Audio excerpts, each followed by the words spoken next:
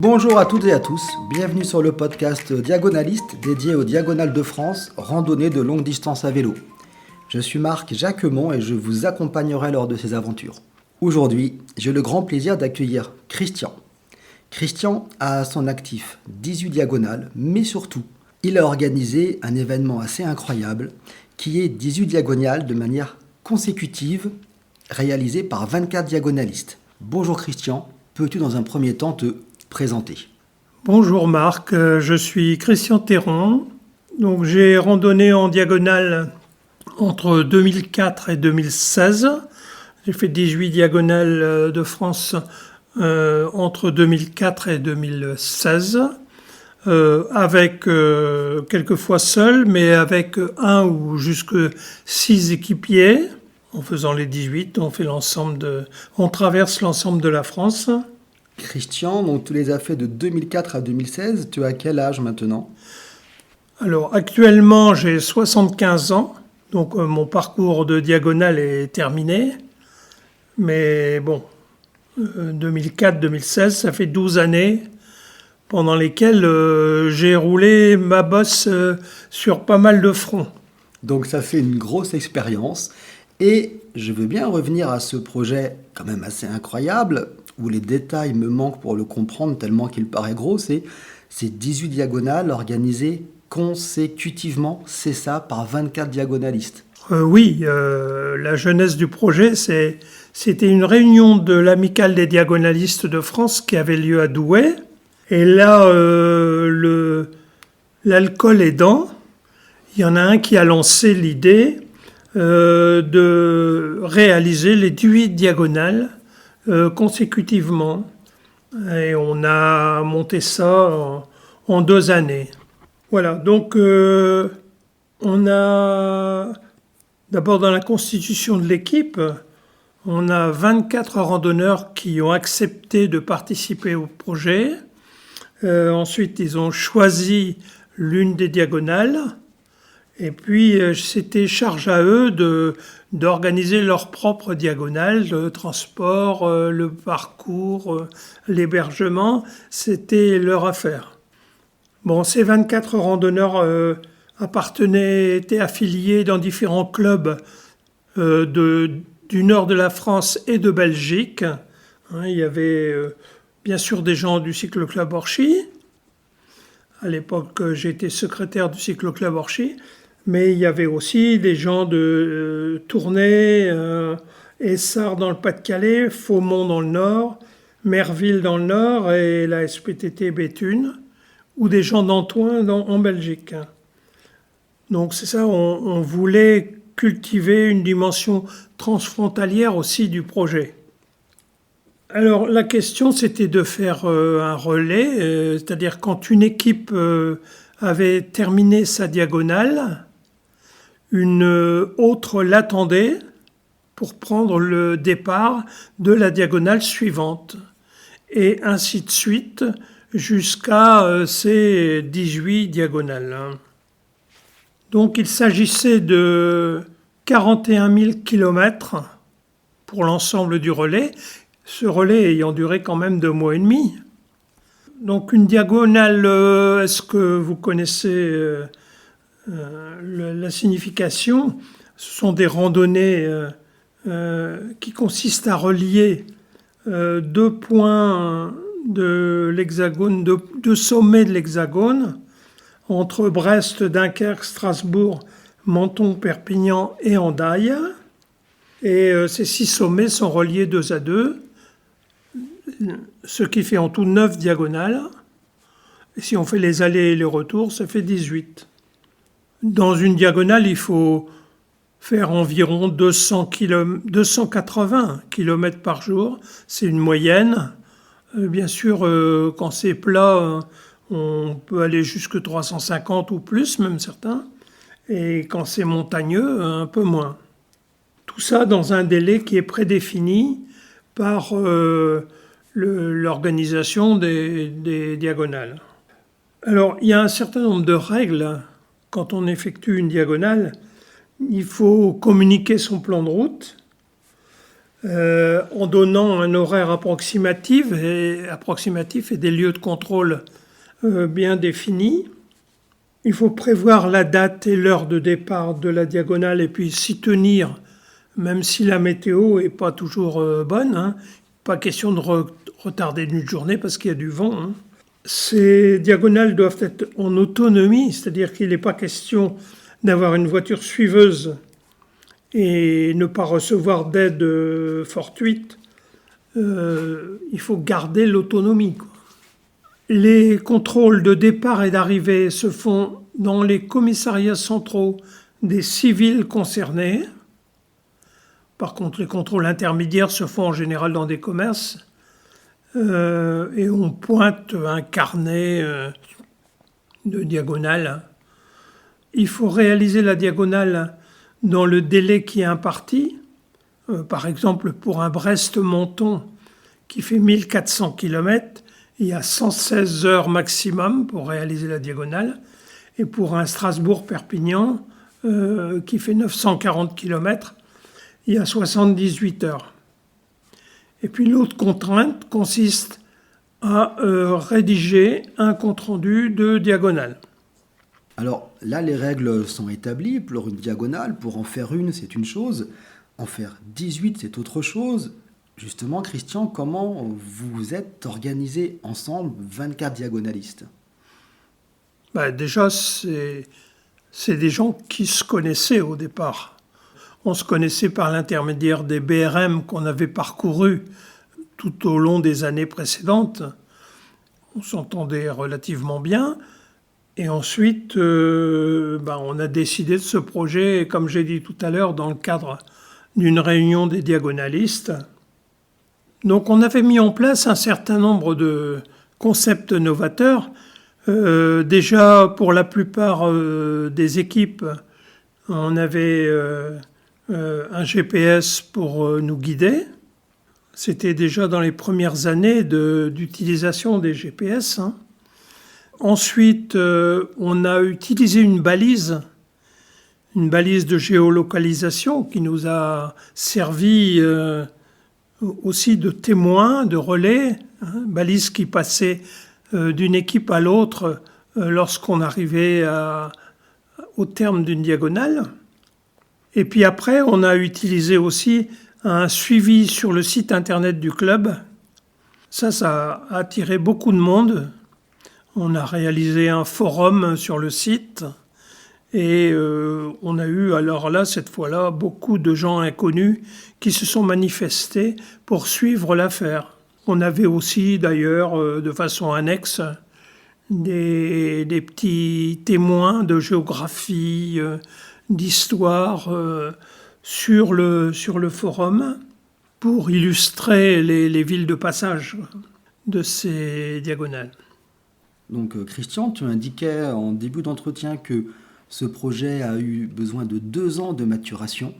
Et peux-tu me donner les dates de début et de fin de ce projet et avez-vous rencontré des difficultés, que ce soit techniques ou physiques ? Le premier relais, c'était le 13 mai 2010 et le dernier relais s'est terminé le 21 juillet 2010, le jour de la fête nationale belge d'ailleurs. La plupart des relais se sont déroulés sans gros soucis, à l'exception d'un relais où il y a eu vraiment un gros problème physique d'un participant. Sinon, il y a des équipes qui n'ont pas terminé au complet parce que les problèmes que l'on rencontre en diagonale, tendinite ou autre, hein, il y a eu des problèmes matériels, bien entendu, mais ce qui n'a pas empêché les gens de continuer. On a pu avoir, par exemple, l'un des participants qui a pu faire sa diagonale avec un pédalier vraiment en très mauvais état et qui a réussi quand même à la faire.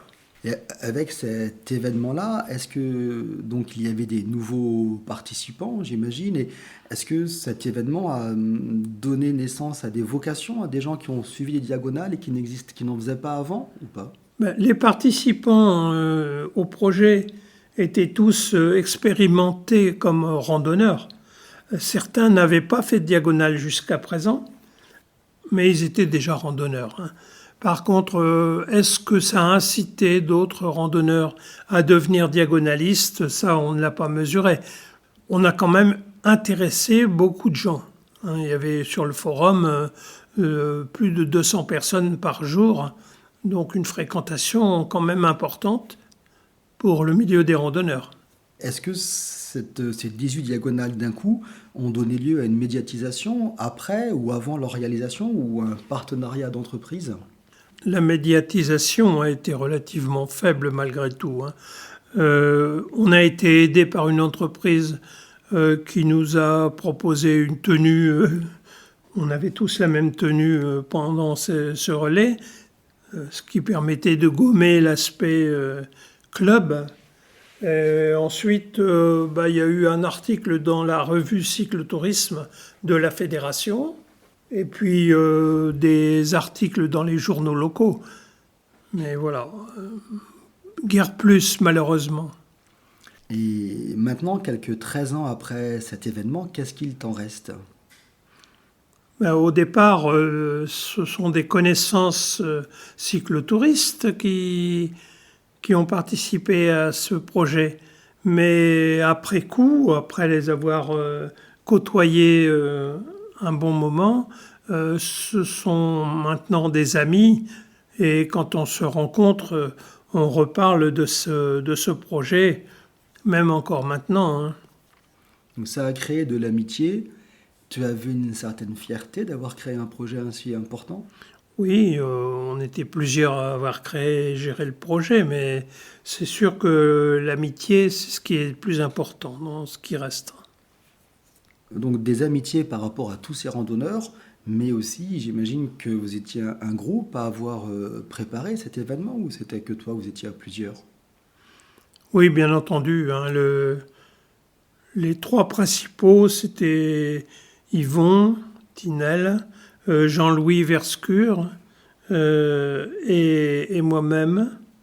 Mais bon, on était quand même plusieurs à avoir préparé cette affaire. Et lors de ces 18 diagonales, qui c'est qui s'occupait du forum, donc avec beaucoup de personnes extérieures et du suivi de la balise des GPS? Je m'occupais du forum, sauf quand j'étais en diagonale, puisque j'ai participé moi-même à 2 diagonales de ce relais. Donc dans ce cas-là, je me faisais remplacer sur le forum. Et il y a aussi le suivi de la balise, parce que on suivait les traces des uns et des autres et leurs difficultés, hein. Il fallait quand même essayer d'aider les gens qui étaient en difficulté sur le parcours. Arrivé à la fin de cette diagonale, réussie sans encombre, sans blessés, sans accident, j'imagine que vous avez fait une grosse fête? Eh bien, oui, déjà, on a fait un barbecue géant. Je me souviens très bien de ce barbecue au local cyclo, où il y avait la plupart de ces randonneurs, et d'autres d'ailleurs, qui n'ont pas pu participer. On a fait un barbecue géant. Bon, après, il reste les récits des diagonales. Chaque équipe a réalisé un compte-rendu de sa diagonale. Et certains de ces récits sont d'ailleurs épiques. Et on les garde précieusement. Et on les ressort de temps en temps. Merci Christian. Après avoir parlé de 18 diagonales consécutives, je vais penser à une seule diagonale, par exemple Dunkerque-Menton, qui fait 1170 km avec un temps de 4 jours et 4 heures. Quel conseil tu pourrais donner à quelqu'un qui souhaite se lancer dans sa première diagonale? Mais déjà, il y a le découpage de la diagonale. Il faut préparer le parcours. Et puis, assurer le découpage, ça c'est important parce que sur Dunkerque-Menton, les premières étapes sont relativement planes. On peut donc espérer faire 320 km. Et par contre, les dernières sont un peu plus compliquées. Et donc là, autour de 200 km. Hein. Et en garder un petit peu pour la dernière étape. Parce que bien sûr, il faut monter les côtes, hein. Le découpage, donc préparation du circuit, découpage de la randonnée, et puis ensuite sur la randonnée, il faut penser aux arrêts. Alors ça c'est très important parce que ça dépend de l'allure de chacun, mais il faut absolument éviter les arrêts très longs. Parce que c'est pendant les arrêts, les autres peuvent être amenés à rouler. Hein. Il faut éviter de s'attarder trop. Par exemple, aller prendre un café qui dure une demi-heure, ça va pas. Hein. Il faut vraiment limiter les arrêts. Alors en ce qui nous concerne, on avait un arrêt, l'arrêt du midi, c'était environ 40 minutes. 40 minutes pour aller faire les courses, préparer le sandwich, manger le sandwich et repréparer pour l'après-midi ce qu'on avait à préparer en vestimentaire ou autre. Hein. Plus 2 arrêts en cours de matinée et en cours d'après-midi d'une vingtaine de minutes. Mais il ne faut pas prolonger au-delà, quoi. Hein. C'est environ 1h30 pendant la diagonale. Ce qui permet, sur une base de 22 km/h de moyenne, en partant à 6 heures le matin, d'arriver avant 20 heures le soir. Et pour une première diagonale, il vaut mieux partir pour toi en solitaire ou avec un équipier? Non, il faut essayer de partir avec un équipier d'expérience pour la première diagonale au moins. Bon, l'idéal, c'est 2 personnes, c'est des équipes de 2 personnes.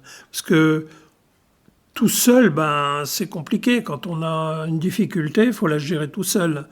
Et faire une diagonale comme on l'a expérimenté à 5 ou 6, c'est compliqué aussi parce qu'il faut trouver les hébergements pour 6 personnes. Et puis, il faut pouvoir s'arrêter de façon coordonnée. Donc 6 personnes, c'est vraiment un maximum. Quel est le meilleur moyen pour se rendre sur le point de départ de sa diagonale si elle est loin de chez soi? Il faut faire comme mon copain de Lambersart qui, lui, évite les voyages en train. Lui, il voyage en diagonale. Donc il fait des allers-retours.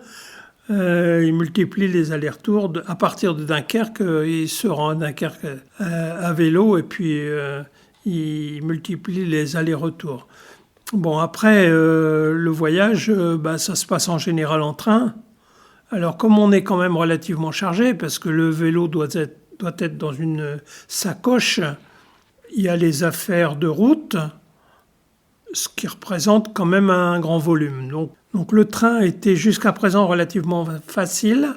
Maintenant, avec la SNCF, c'est un peu plus compliqué de pouvoir circuler, surtout si on est nombreux, parce que si vous arrivez à la gare avec 6 valises et les bagages, ça pose problème. Donc le mieux, c'est de se rendre à vélo sur le point du départ. Voilà, ça c'est Eddy qui fait ça. Hein. Mais moi, je n'ai jamais fait parce qu'il faut pouvoir aller à vélo au point de départ et faire les allers-retours. Alors justement, dans ta bagagerie de cycliste, qu'est-ce que tu emmènes? Oui, on a des listes, hein, bien entendu. On emmène très peu de repas, mais il faut bien sûr des éléments relatifs à la sécurité et un peu de vêtements de rechange. Bon, donc en général, moi au début, j'avais une sacoche avant, plus un sac à dos. Mais j'ai très vite abandonné le sac à dos pour la sacoche arrière. En général, les diagonalistes ont une sacoche devant et une sacoche derrière. Il n'est pas question de se charger avec des sacoches latérales, etc. quoi. Avant de partir faire une diagonale, dans l'année, tu capitalises combien de kilomètres? Moi, je n'avais pas d'entraînement spécifique, mais j'avais en général beaucoup de kilomètres. Oui, il faut 2000 kilomètres avant de partir, si on veut avoir une chance de succès. 2000, ça paraît pas beaucoup. Par an, t'en faisais combien? En général, 12 000, 15 000 dans l'année, y compris donc les diagonales. Qu'aimerais-tu encore ajouter par rapport aux diagonales? Disons que on découvre la France, même si on n'a pas le temps, le loisir de visiter les sites traversés. Au passage, on voit des choses très belles. Et puis la vie en communauté, c'est intéressant. Merci Christian. Merci beaucoup Christian d'avoir fait part de ton expérience à la fois de ces désius diagonales consécutives et de ton expérience de diagonaliste. Un grand merci également à tous les auditeurs d'avoir rejoint cet épisode et de l'avoir suivi avec nous. Si vous avez des questions, des suggestions ou bien sûr une diagonale à partager, n'hésitez pas à me contacter par mail à diagonaliste@gmail.com. J'ai hâte de vous retrouver lors de notre prochain podcast. Et d'ici là, je vous souhaite de belles sorties à vélo. Merci beaucoup Christian. Au revoir. Merci bien.